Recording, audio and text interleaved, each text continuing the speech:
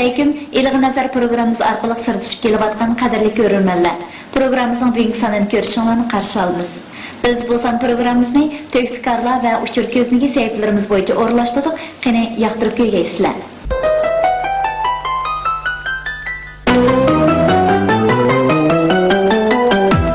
Qadirli görürmenler, bizde yaxşının özü ölsümü, sözü ölmeydi deydiğen hikmetlik maqalı var.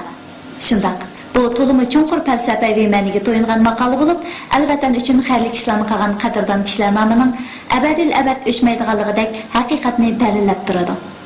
20-asr Uyg'ur adabiyotining muhim sarkillarining biri, bugungi zamon Uyg'ur prozachiligining bayroqdorlari qatoridan o'rin olgan mashhur realistik yozuvchi Zo'rdin Sabir ana shunday qadrdon o'g'lonlarning ulgusi bo'lib, u o'zining Uyg'ur turmushining eng mukammal o'rnaklarini aks ettirib yozgan tematik doirasi keng, badiligi yuqori, hissiyot tundurmasi kuchli, reallik asosi puxta bir yurish nodir roman, povest hikoyalari orqali xalqimiz qalbiga yemirilmas obida tiklab berdi.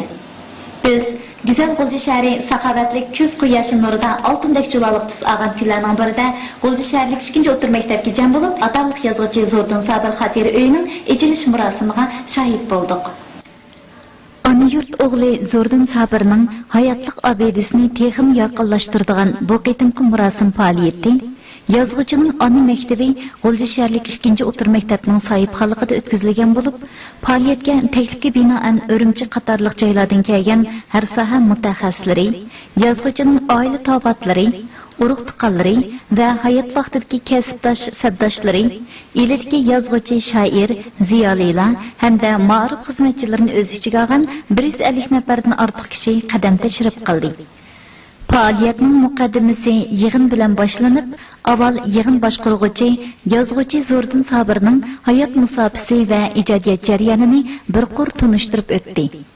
Ondan G'ulji shahrlik 2-o'rta maktabning mudiri Shuhrat Ne'mat so'zga chiqib, bu qitimqi faoliyatning o'tkazilishiga aloqador ishlar va Zo'rdin Sabir xotira uyining borliq kelishining real ahamiyati haqida to'xtaldi.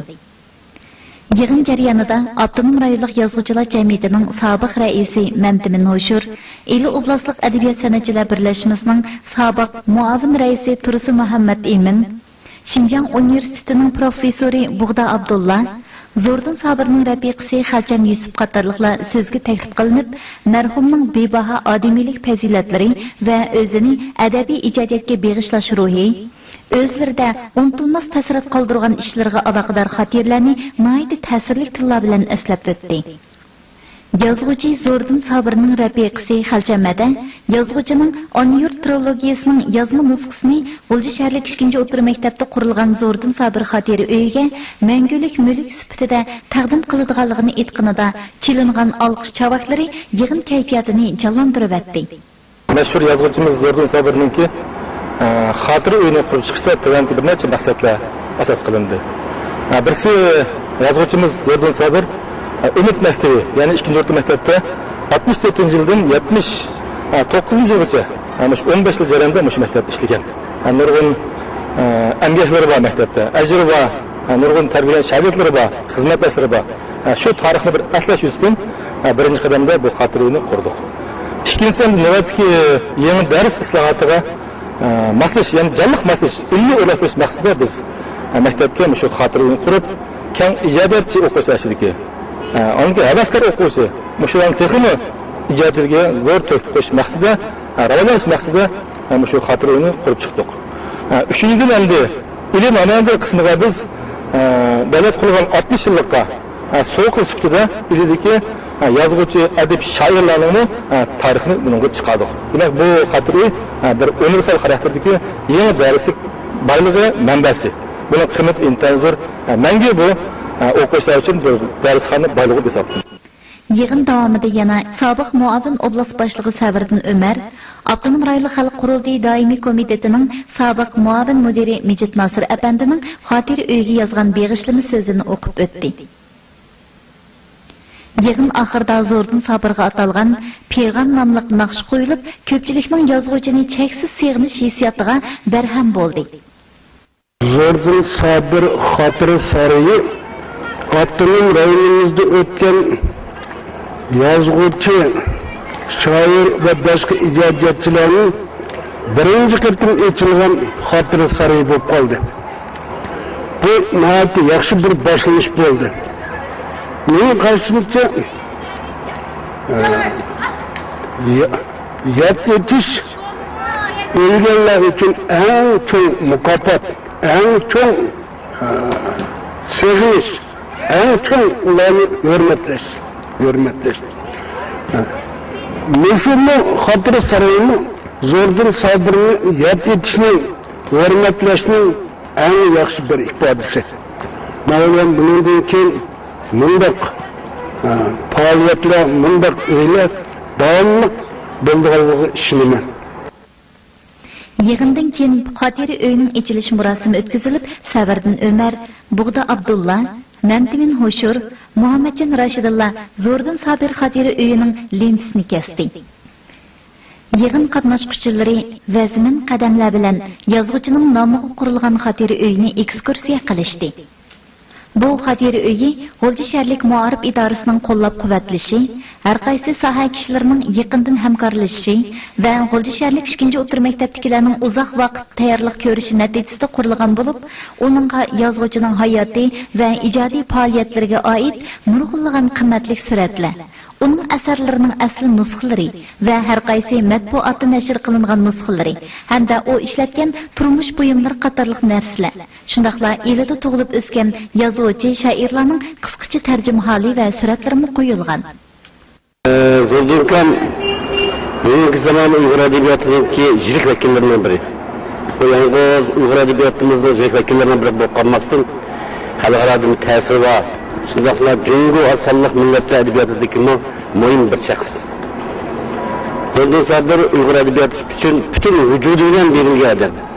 O o'zining Onajut romanini hayotining oxirida o'zining og'riq bo'lishi, ko'zlarining ko'rmasligini texnik ig'irlab ketishi qatorliq shunday ishlar qarmay, eng oxir yozib chiqdi. Shu romanni yozib uzun o'tmay olamga o'tdi. Bugun 2-o'rta maktab Zo'rdanning hayotiga bag'ishlab bir xotira sapti bir yaxshi ish. Biz Zo'rdanni qancha hurmatlasak arziydigan, qancha izzatlasak bo'ladigan bir ulug' odam. Zo'rdan Sobir 1955 yildan e'tiboran adabiy ijodiyotga qadam qo'ygan bo'lib, shu yillarda Oq o'rik, U meni kutgan ishkan, Yolg'iz buloq, Baxtsiz qiz nomli she'r va hikoyalarni, Etis beshidagi Ka'ba, Do'stlar qatorliq drama operalarni yozgan. 1972 yildan boshlab asosiy kuchini hikoya ijodiyatiga qaratib, Sirdosh qalblar, Tog' kayniga o'tkichi, Saharchi, Bahar buvoyning kunlari qatorliq hikoyalarni oq-oqidan e'lon qilib, o'qirmanlarning kuchli diqqatini tortgan. 1979 yili Abral shamollari nomli tunji romanini yozgandan keyin yirik asarlar ijodiyati ustida izlanib, 1998 yili taqdir qazo yetib bizdan ayrilgancha Subihi, Archa yaproqi, Jiydalar pichirlaydi, Kashkuz qatorliq 19 povest, Do'lan yoshlari, Xo'shnular, to'piliq yo'l, Unutmayman Gulsara, oxirgi Podichi qatorliq 86 parcha hikoya, Izlanish, Ota, Ona-yurt qatorliq 4 roman, Tuman qatorliq 2 drama va nurg'un adabiy nazariyaviy maqolalarni yozib, Uyg'ur adabiyotiga yiqilmas ma'naviy obidasini qoldirib ketdi.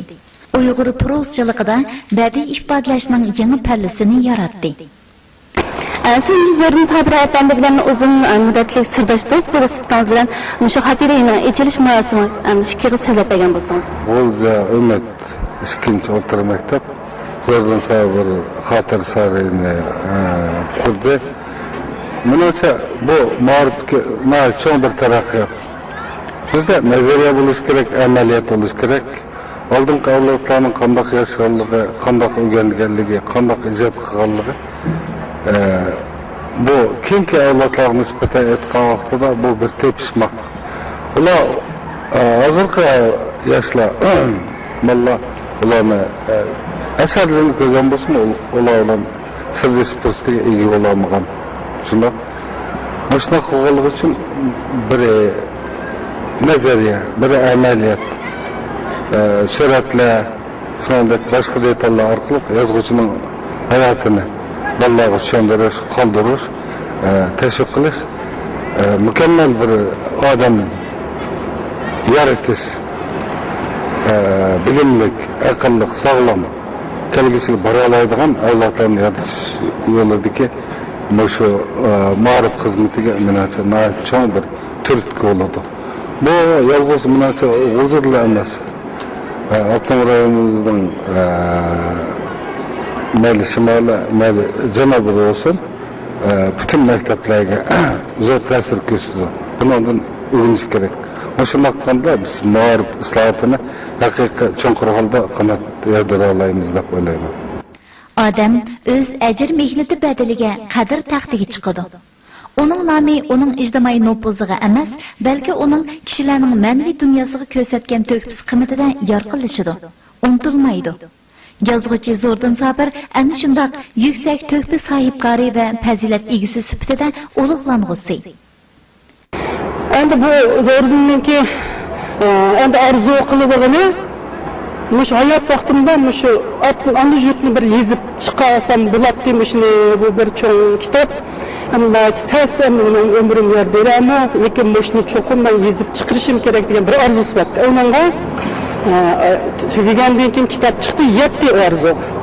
Yana bir orzusi o'zininki yurtim shu Bo'stonda bir xotira uy qilish orzusi bor. Men tugab kelsam mening yasadimni aşağıya koyuyorlar, şundak bir hatır öyle sap koyma, ben kimli kelse kelip ziyaret kılıp gidiyordu, ben muşlu Xudayım bir çokum kılıman diye arzusu var. O arzusu onlara kısık kelip yetemmeğen. Endi bugün muşu arzusuga ikinci öğretim mektep Şevcanı Şöhret efendim mektep güç çıkarıp bu arzusuga bular yetkizdi. Bugün yetti bu arzusuga.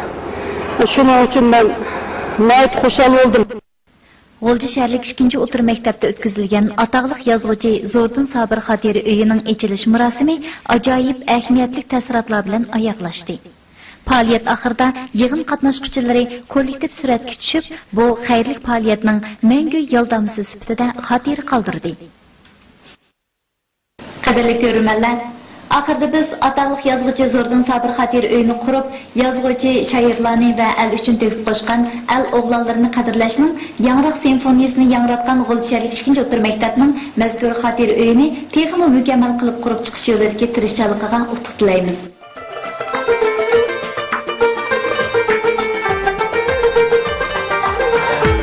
Programmamizning bugungi sonida oxirlashdi.